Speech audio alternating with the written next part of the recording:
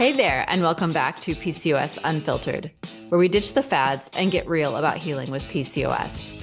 I'm your host, Lindsie, and today's episode is extra special because I'm joined by Kerri, a certified health coach specializing in sugar addiction. We're diving into emotional eating and how to start healing your relationship with food. You're going to walk away with real-world insights, a few laughs, and lots of empowerment. So let's jump in.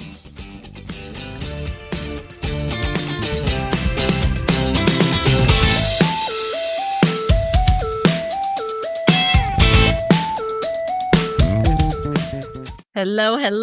Welcome. I am super excited to have Kerri here today. She's a fellow health coach and very dear friend of mine. So let's just kind of jump right in. And Kerri, I want to hear you tell everybody more about what you do and what's just kind of led you on your own health journey and brought you to this point in health coaching. Awesome. First of all, thank you so much for having me. Lindsie knows me well, so she's heard this spiel a bunch of times. But basically, my health was I was just kind of falling apart, in my early 20s, falling apart, right? So I had migraines, I had gas and bloating, right? All the embarrassing stuff. I had hormonal issues, which ended up with, I had ovarian cysts, which I was told, a lot of things I was told I was just the kind of person that this happens to. And until I ended up in the hospital needing surgery. And that's when I was like, no, there's something's happening here. And I started researching, I started working with a health coach, changed my diet, changed my lifestyle. So the things that they tell you that are just happening to you, no. You have so much more control, which I think is amazing. You have so much more control than you realize if you just worry about what you're putting in your body, on your body, worrying about stress, like I said, all the diet, lifestyle, all the things. And it's truly amazing that you can really take care of yourself and not just let things happen to you. Because I felt like things were happening to me. And that sucks. I'm not the kind of person that just wanted to deal with that. So yeah, that's a little bit about that. I was like, if a health coach can help me, I want to go help people. So I went and did that. Good. Yeah. And now she calls herself the sugar knockout coach. But it's true. I mean, I feel like there's been just even in my talks with people, and I think you'll see even more throughout the podcast episodes, there's just this underlying theme of empowerment and just being able to take control and being able to advocate for yourself. That's huge because yes, I feel like I don't want to bash traditional medicine all the time because it is needed, but you have to understand that they don't know everything. And so just because they tell you something, especially they don't know everything, I feel like when it comes to nutrition and exercise and that type of thing, they're just not taught like that. Then you have to be the one to go out and discover some of that on your own and find what works for you and know what other resources are out there. And so that's where Kerri plays a huge role for sure. I'm so glad that you said that too. Just if I could say one thing, because then right, there is a time and a place for traditional medicine, but you can have more of an actual intelligent conversation with your doctor when you know what's going on with your body and what works for you and what doesn't. So then it really becomes the partnership I think it should be if you can find a doctor that's listening to you. If one isn't, then that partnership's over. Yeah, they definitely have to be open to it for sure. And if they're not, then maybe that one's not right for you. So yeah, definitely. So let's just kind of, keep going here. So have you ever found yourself knee deep in sweets after a stressful day? And what was that like? I know I have in the past. I'm sure a lot of people listening are probably right there with you. So yeah, this is such a great question. One, because I am the sugar knockout coach. Hey, everyone, I still go through all this too. I'm not perfect. I think what happens a lot is it becomes a mindless thing, right? All of a sudden I'm in my kitchen. I'm eating the chocolate chips or cookies or potato chips. And I'm just kind of shoveling them in. And no mindfulness at all, right? And then the crash happens. And then there's the emotional crash. So tell me if you can relate to this, Lindsie and anyone listening, right? Then I feel shame. Then I feel guilt, right? Because I'm oh my gosh, I have no control. What is wrong with me? I should be better. I know I shouldn't eat that. We all know sugar is not good for us. I know I shouldn't be eating that. And I think that's the real damage. So we start beating ourselves up.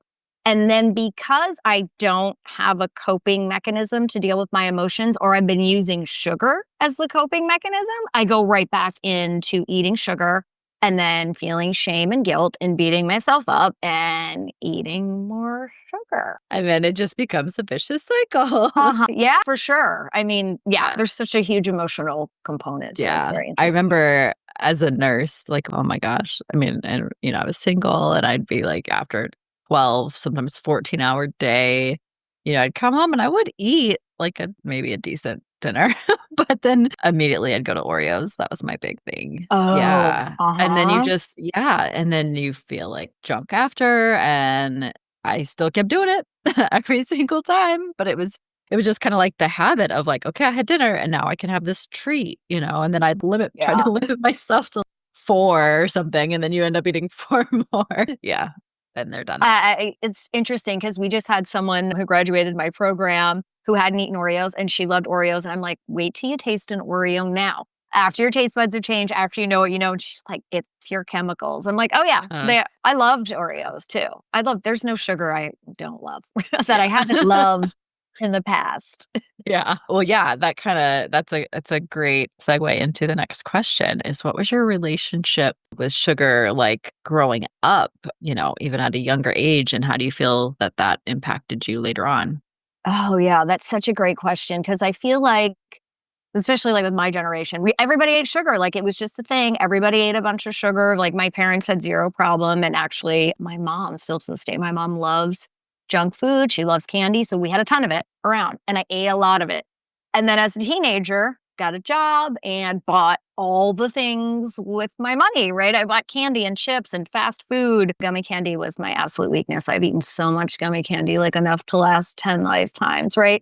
But when you're young, your body can process that a little bit quicker. Now, I had migraines in elementary school, so my body wasn't doing so hot. Like I was getting signs then, and they were few and far between. But in my late 20s, like early 30s, is when it really caught up with me and I really started noticing the signs. But when you think about it really was starting in my late teens, early 20s, right? So, and I was listening to something the other day. They're like, heart disease doesn't start in your 50s, started in like your 40s and 30s. And so my body was giving me all these signs, right? I was having the migraines, I was having all the things, but until it like was more severe and more frequent is when I actually noticed, where my body was like, okay, like we have to stop here.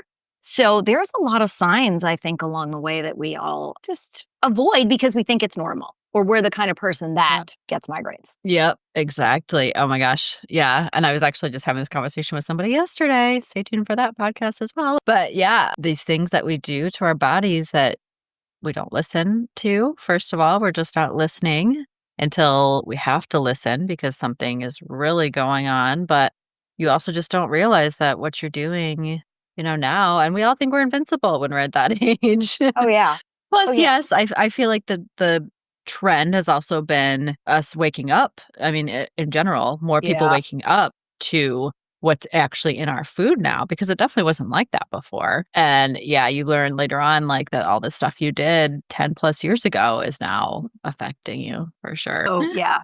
Yeah. It's interesting. But yeah, you do feel Yes. invincible in your teens. Oh my gosh. Yeah. Yep. So how would you define emotional eating versus the sugar addiction and how are they different? How are they connected? Interesting. So, can I say they're different yet connected? I think so. Yeah. Yeah. I think when I think of sugar addiction, I think of more like physical stuff. So, gut imbalance, right? If your gut bacteria is off, the bad bacteria, if you have too much, it's going to crave sugar.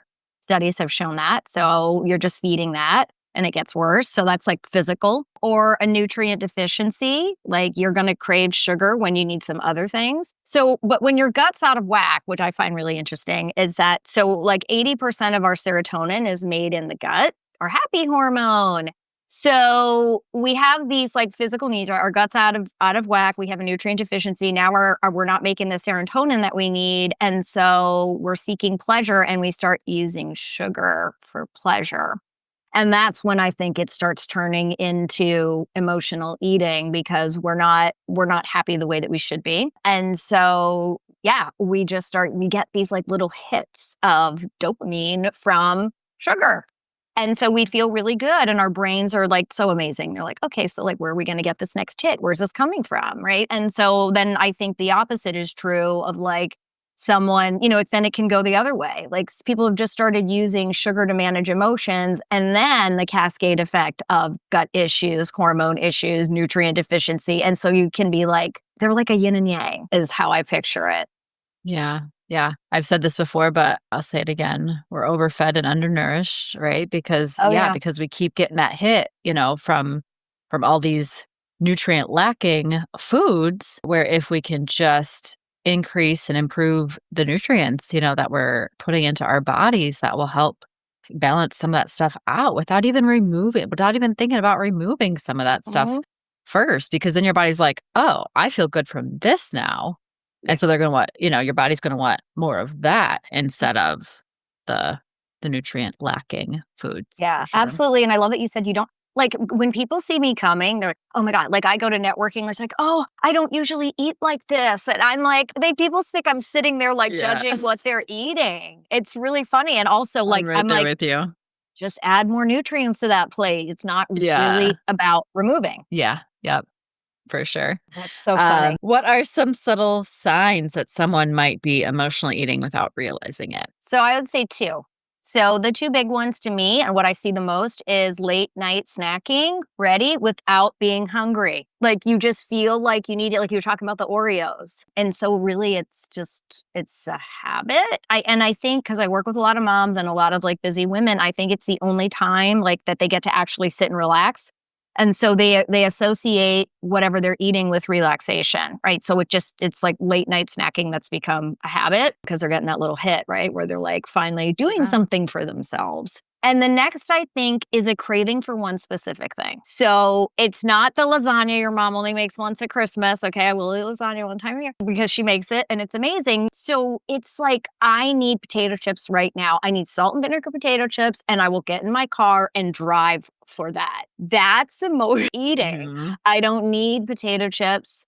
There's no nutritional value in them. And I mean, salt and vinegar potato chips. I have eaten those until my tongue has peeled, like back in the day. Oh Yeah. my gosh. Yeah. That should be a real, like, if you're eating Oh until my that, god. yeah. Your tongue is numb and yeah. Yeah. What's happening here? Yeah. That. So, yeah, I've eaten gigantic bags of that. So, if it's something really Mhm. specific, like that's emotional.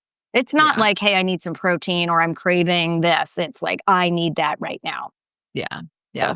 Well, and I think that's a good point too, because I feel like for some people, it might be more of the sweet stuff. And then for yeah. others, yes, it might be more of the salty. But some people might associate more the emotional eating with like sweets, where it Yeah. could be, it could even be the salty things as well. So that's a Yeah. good point. Absolutely.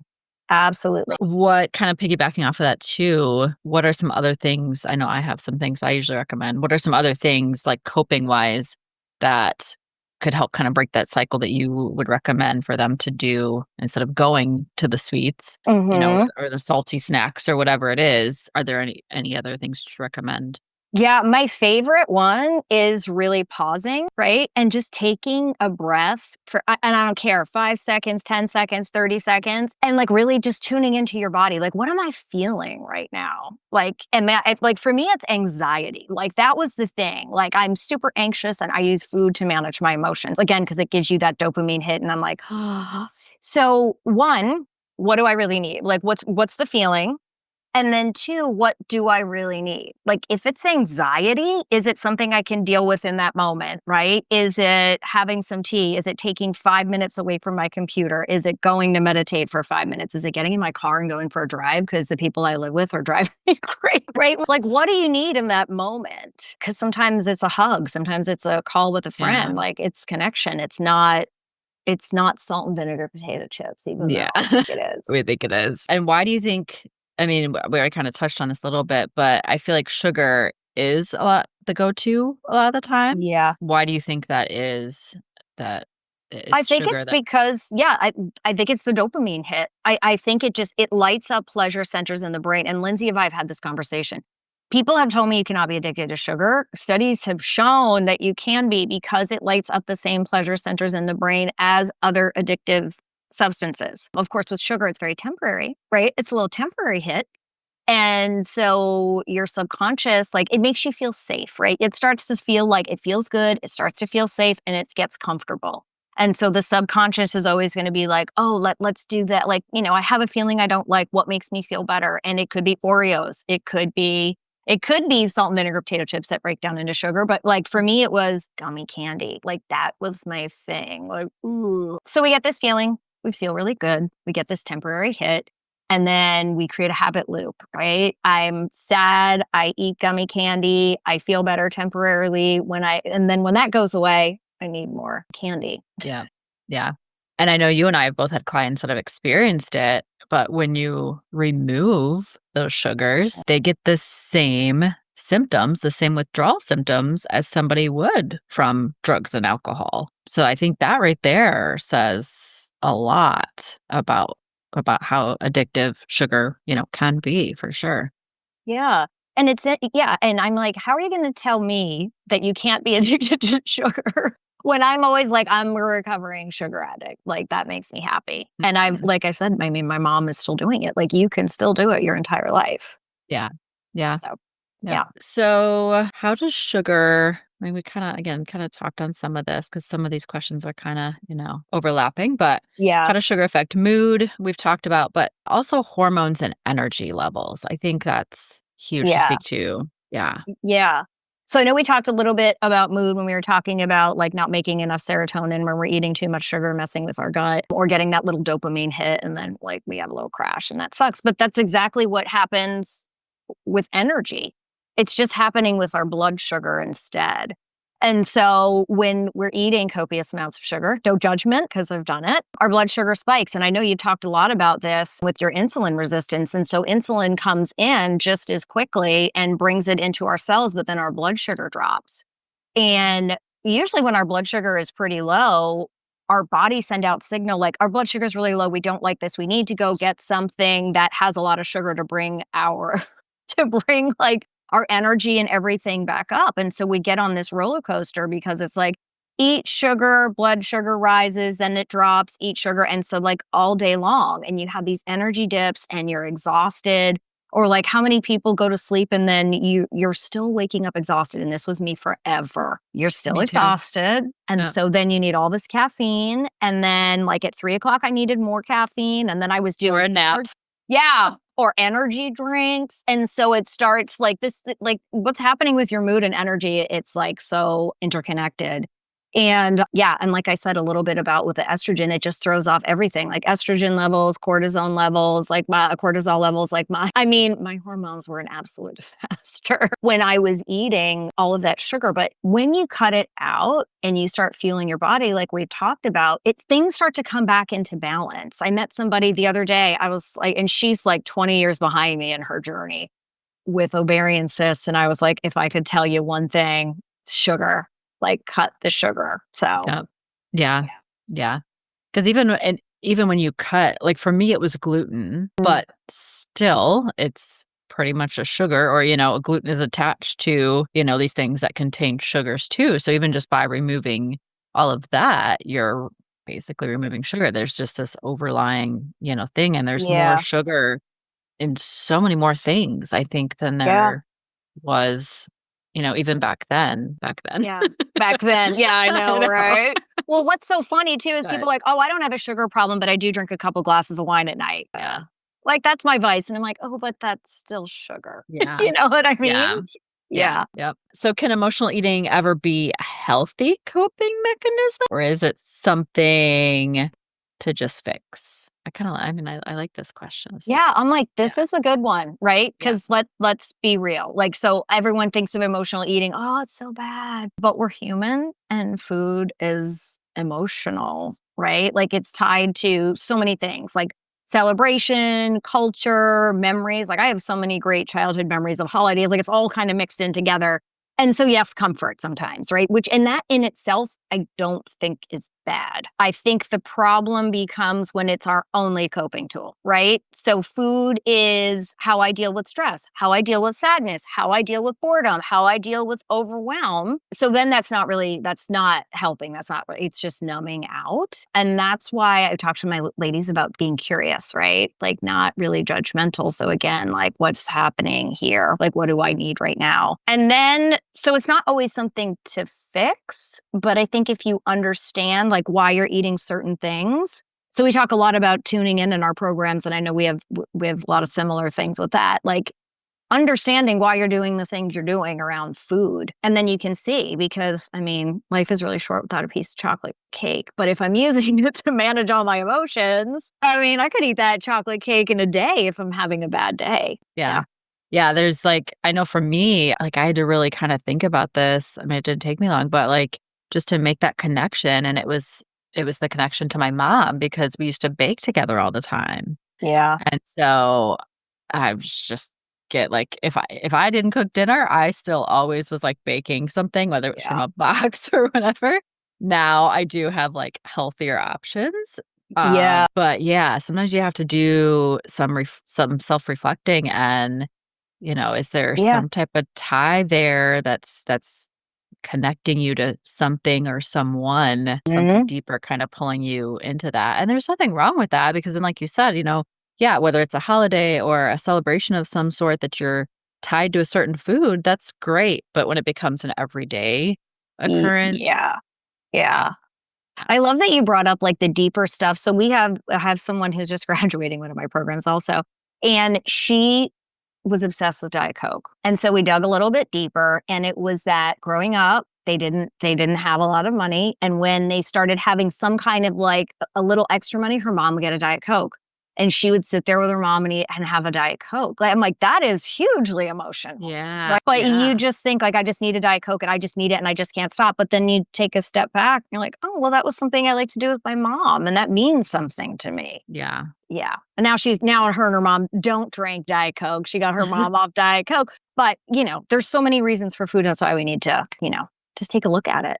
Exactly. Yeah. So we already talked a little bit, but your go-to strategies for identifying emotional triggers before the craving hits. What are some that maybe of your own or that you recommend? Sure. So, yeah, for emotional triggers, it's funny, right? Because, like, these things just don't come out of nowhere, right? Like, there's usually a pattern and a trigger or like a feeling that starts before you're like, I want potato chips. Like I said earlier, let's use that example, right? Like, if I'm stressed, I'm like, I need to have like potato chips, but what happened like before that? Right? So we're not like tracking calories, but we're tracking like I call them craving windows, right? So like we said, like a lot of women at night, they're like, I crave a lot of sweets at night. It's the only time they get for themselves, the only time it's quiet, or like right after lunch. Or so we want to like start like what are the like what's happening before that, right? If it's a 3 o'clock slump, what did you eat? Or you're at work, you're in like a stressful meeting that happens every day. So we want to just kind of look at those to get some kind of clue because it's not really random and see what is like. And again, without judgment, we're just looking and examining and Exactly. being curious. We don't need to be judging what's happening. And we Yeah. do that a lot. And then I feel like then it compounds and then it's like double emotional because we're beating ourselves up about wanting to eat something that we think is bad for us instead of understanding why we want to eat it. I do have a food timeline tracking tool that I put in Mm. the show notes. And you can do that a couple different ways. You could do it both ways even. And so some of it is like the physical side of it. How am I Yeah. feeling, before, during, after, and long after my meal physically, stomach upset, headache, whatever. But then you can also use it for the emotional side of things too. Before I ate whatever it was, how was I feeling in that moment? During, Yeah. maybe a couple bites in, you're still feeling great. But then like halfway in, you're like, oh, I shouldn't be eating this, but yeah, you keep Yeah. eating it, and, even after, how'd you feel? How are you like feeling emotionally right after? And then even long after. How can someone start creating distance between an emotional trigger and a sugary response? Awareness is the first thing without judgment. Okay. Like that could be your absolute superpower. And I know it's so hard, right? Because we judge everything. We judge ourselves. Like, I was raised by people that judge everybody. Right. So like relearning that. So when a craving hits again, like we're creating a little bit of space and just taking a few seconds to be like, there's something going on here. Like, ooh, what is this? And it kind of interrupts that autopilot where you're just reaching for the snacks. And then the next right again is be like, then you just with curiosity, what is happening? What do I really like? What's really happening right now? Again, am I anxious? I'm being like bored. right? I can eat so much when I'm bored. It doesn't even have to be like feeling overwhelmed. A lot of times it is, but there's like boredom in there too. So I think if you just be aware, don't judge, and just get curious, your body will be telling you what's happening. And then you can decide what you actually need. And you know what? Maybe sometimes it is actual hunger. And that's okay too, right? We're just actually really hungry, like Yeah, it versus us always just beating ourselves up because we should be doing this and should be doing that. So let that go. exactly. Yeah, yeah. I don't know if I've ever asked you, did you ever watch Ted Lasso? Yes. Oh my God, Okay, I love because you him. say the be curious, and I should. Yeah. I know it's so funny. It's I was like, like, I I just had so to bring true. that up. Yeah, Yeah. but it is true. I mean, when it comes to this and life and other stuff, yeah, because especially when you are logging stuff, like I mentioned, like with with the food timeline and stuff, if you choose to do something like that, yeah, you can't feel guilty about it. Sure, it might help you, prevent you from having something because if you're like, oh my gosh, if I got to write that down, it might Yeah. help you in that way. But either way, like I wouldn't want somebody to use it for that necessarily. Like I want you to just do whatever you normally do and write it down and yeah, not judge yourself for it because you are being curious about all of these triggers and that's how you're going to get there. If today's episode really spoke to you and you're ready to stop letting food control your life, I've got something just for you. My Hunger Boss Mindful Eating Challenge. It is kicking off again on June 23rd. This is a 3-day challenge requiring no more than 20 minutes per day that you can do at a time convenient for you. And in just a few days, you'll learn how to tune into your body, calm the chaos around food, and finally feel confident in your choices without counting a single calorie. Spots are limited, so head to the link in the show notes and grab your seat now. I'll see you in there. Wow, another amazing conversation. Big thanks to Kerri for sharing her time, her wisdom, and her heart with us today. I hope you're feeling as inspired and empowered as I am. If you'd like to connect with Kerri, you can find all the info in the show notes. And if you love today's episode, don't forget to subscribe, share it with a friend who needs to hear it, and leave a quick review. It helps us reach even more amazing women just like you. Until next time, keep nourishing your body, healing your heart, and thriving. Unfiltered and unstoppable.